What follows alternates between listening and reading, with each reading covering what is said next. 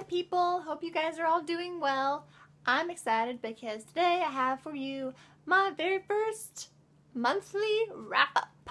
In the month of September I read exactly 10 books, which I'm really excited about. I think is really good for me. I normally don't read that much, but I was really trying to read as much as I possibly could for you guys and for myself, and ever since I started watching BookTube, I have so many more books to read that I want to read, and I thought I had a lot before, but no, lots more now. Thanks, booktubers. No, but really, thank you. I'm really excited about those books. Tasty chocolate. It must be fall because it's my first official cup of hot chocolate. Also, most of these I did get from the library, so I don't have them here with me anymore. I had to return them, but I'll put a picture somewhere in the vicinity so you'll still have a helpful image to go back to when you're like, oh, what's that book she's talking about? Oh, it looks like that. Great, I'll go get it. So the first book I read this month was A Creature of Moonlight by Rebecca Hahn. I did still do a full-length video review for that. If you can look in my previous videos, and it should be in there.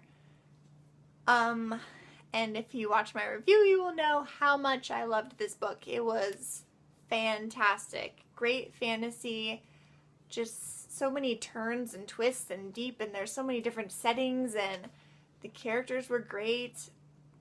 I super loved it. It was a great way to start off the month. Really got me in the mood to read more. And I'm so glad I picked that one up. The next one I read this month was The Ocean at the End of the Lane by Neil Gaiman. And I know you're all like, yay! She read The Ocean at the End of the Lane! How much did she love it? I am truly saddened to report that I really didn't like The Ocean at the End of the Lane. I know that's a sacrilege. I'm sorry, but it wasn't my thing. It wasn't for me. It was kind of sad, and it was kind of dark, and kind of boring in parts, I thought. I don't know. It wasn't for me. It wasn't my thing. I know lots of people love it. That is great. More power to you. I'm sure there are books I love that you guys are like, you are insane. But that one, no. I think I only gave it 3 stars or something. It was well written. Neil Gaiman does not disappoint in the writing area, if anything else. It was a really well written story. I just wasn't my kind of story. I didn't enjoy it. That's maybe why the next book I picked up ended up being this one, which I do own, Jabberwocky and Other Poems by Lewis Carroll. I'm really glad I picked this one up after the tragedy that was my disappointment in Neil Gaiman, because I love Lewis Carroll's poetry, and I hadn't read all of it, and so I went through and just read this in one sitting. It was really short, and I really enjoyed it. I loved reliving like the poems from Alice in Wonderland and things. This really gives you a good variety of like his writing style and subject matter and things, and I really liked it. It was really fun read to read after something that I didn't much like. So Jabberwocky by Lewis Carroll and Other Poems is that one. The next one I read in September was Anya's Ghost, which is a graphic novel, put right here, about a girl who falls down into an old well or something and ends up meeting this ghost, and the ghost ends up hitching a ride kind of home with her secretly, unbeknownst to her, and it's kind of how Anya struggles through having to deal with this ghost in her life. So I really enjoyed it. The artwork was fantastic. I cannot say enough about it. It was so beautiful. I wish I knew. If any of you guys know more graphic novels that have similar artwork to Anya's Ghost, let me know, because I was in love with those drawings. It was so pretty. The characters were okay. I liked some of the characters I wasn't fond of. It had a really good twist. The plot was really good. It had a really good twist about halfway through. I think I read that in one sitting as well. Enjoyed it overall. It probably would have been 3.5 stars for me if I could give it half stars on Goodreads, but I can't, so I did 3 stars, but 3.5 stars realistically. The next one I read, I really enjoyed, and that was If I Stay by Gail Forman. This was my first Gail Forman book, I believe. I haven't read Just One Day or Just One Year by her yet. I kind of had been putting it off because I heard it was really sad, and I don't like sad books, but everybody on BookTube has been raving about those ones too, as well as this duology. So I'm pretty sure I'm going to end up reading them anyways, but this was such a interesting, fast read for me. I don't know, I flew through it, even though it's like a decent sized book. It's just over 200 pages, so it's not super long, but Gail Forman packed a lot of story into here. If you don't know this already, do you live under a rock? Because there's a movie being made about it as well, which I really want to see, and I can now that I read the book. I'm really excited to see how that plays out. But this is about a girl who gets in a car accident with her family. Her whole family dies, and she ends up in a coma. But the stories are about kind of her subconscious or spirit walking around and seeing herself laying there in the hospital, seeing all her family and friends come visit her, and she kind of has to choose whether to stay and go back into her body or leave and die and not come back. And it's really, really good. I really enjoyed it. I cannot wait to pick up the sequel of this duology, Where She Went. Unfortunately, there's like 50 holds on both my libraries to get it, and I don't want to, I haven't found it for cheap enough to buy it yet, so I haven't read it yet, and it's killing me. I really want to know what happens after this. The next book I read was the sequel to the Blood of Eden series by Julie Kagawa, and that was, of course, The Eternity Rules. I'm not sure. I think I liked this one better than the first one. Yes, I think I did like this one better than the first one. I think the last one, the Forever Song, which is in my TBR as we speak right now, I think that one is going to be even better than The Eternity Cure. Because of the cliffhanger at the end of The Eternity Cure is driving me insane. And what? You guys probably already know because I'm like, you know, past the hype mode of this books. These are a little older, but still, I can't get over that cliffhanger ending at the end of the second book. It's intense, and if there was ever any doubt about me finishing the series, that is completely gone, because I have to know what is going on with this stuff, this things, whatever's. So, really good book. Highly recommend if you like dystopian or vampires or any of that stuff. And a lot of people like to read like more paranormal, creepier books when it comes to be fall in October. Tell me what you thought of it, and if you thought the third book was a good ending after that horrible cliffhanger in book 2. Alright, moving on. Next, I read Rumble by Ellen Hopkins. Rumble was the Booksplosion book of the month in September, so I wanted to read it because I wanted to be part of the big Booksplosion communication. So I'm very excited for their live show. I think it's on October 4th, I want to say. Sometime this coming weekend.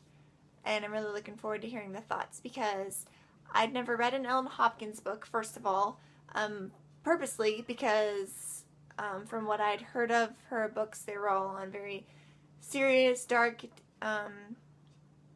sadder topics. It's not really my branch of reading, but this one focused on a lot of different issues. I really did end up enjoying her writing style with the free verse.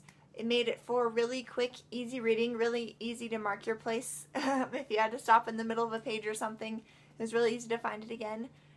I really liked the cover. The cover was beautiful. I didn't really like the main character.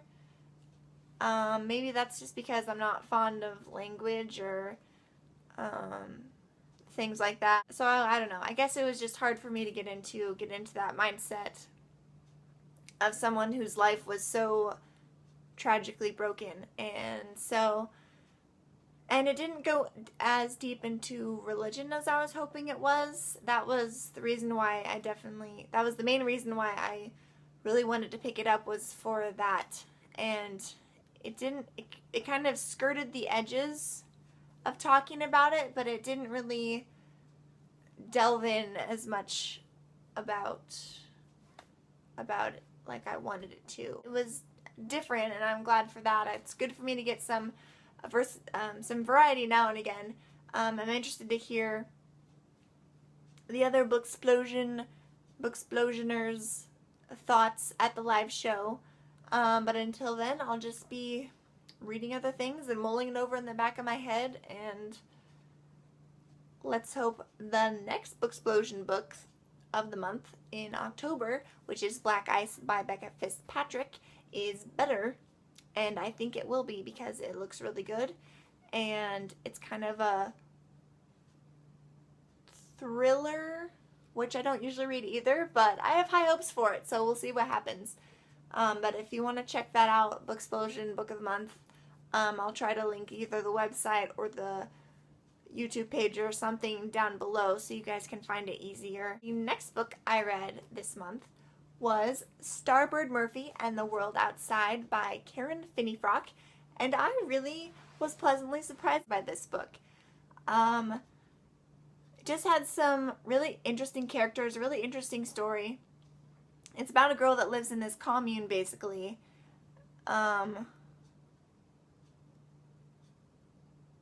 where they all have a leader named Earth who listens to the cosmos, and so they kind of follow him and do whatever he says, and they all live together and share everything on this farm, and there's a couple other farms scattered around. And then she gets this opportunity to go to Seattle and work at a restaurant there, and so she kind of leaves as a way of escaping more than actually wanting to go. But when she gets there and starts meeting people and making friends, you really see her character grow and develop, and I really enjoyed that aspect of the story. I really liked the character. Starbird was a very thoughtful and honest character. She wasn't one of those where you're just like, oh my goodness, just tell them the truth and everything will be solved. She was like, oh yes, you said that, great, now there will be so many less problems because you actually told them what you were thinking. And I really appreciated that in a character. You don't see that in very many characters in books, at least in YA books that I've read.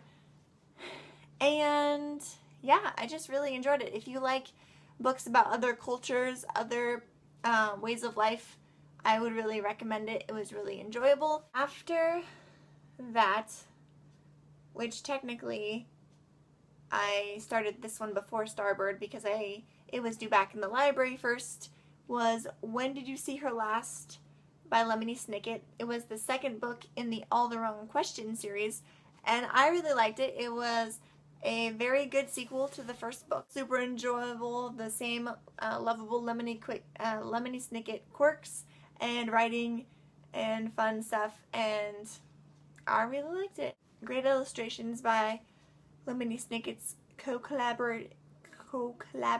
It was really good. Lastly, just finished this one last night, which brings my grand total for the month to 10 books, like I already said, and it was Amulet Volume 1, The Stonekeeper, and I'm so excited that I finally started this and finally got to read it. Lots of people have been raving about it on BookTube, and it is such a beautifully semi-dark middle grade graphic novel, fantasy. about this sister and her brother. The sister discovers this secret magical amulet left by her great-grandfather or something, and stumbles into this world after her mom gets kidnapped and she has to rescue her. And she finds all these crazy creatures and beings and makes some new friends, and it was really good. It was a thrill ride. I just sat in one sitting and flipped through volume 1 and I was done last night. It was just in time for the end of the month, and it was a perfect way to finish the month, I think. So if you like graphic novels and or middle grade and or fantasy, etc., definitely check out The Stone Keeper, the first volume in the Amulet series, and you'll probably want to continue on after that very soon like I do, because I don't know how many volumes are. I think there's quite a few, but I cannot wait to delve into the rest of them because the artwork alone is just so beautiful. I could just sit there and stare at it for hours and be totally entertained. Like, there's just so much to look at in each picture, each page, and I was really happy with it. I'm really glad I finally decided to give it a try. I just realized I still have this one from the library. So this is the cover. These are some of the illustrations. It's just fantastic. Look how it's just such a quick read, but look how mysterious and like creepy that is. It was just, this was so awesome. I loved it. So that is my ginormous wrap up for the month of September. If you guys have any questions or complaints about how you need to stop making super long videos, Brianna, and I wish you would just separate things like some other people do and be normal-ish, I'm sorry. I'm sorry that you feel that way if you do. Please tell me if you would like my videos to be under a certain time limit, because I feel really bad when I edit these together and they're like 10, 11, 14 minutes long. I guess thank you, and I'm sorry at the same time. I don't know. But if you guys like these videos, keep subscribing, keep sharing and commenting, and I would love to hear from you. Definitely comment if you have anything at all to say. I would love to hear it. What you had for lunch. Tell me what you had for lunch in the comments below. That should be easy enough. And we'll see you next time. Bye!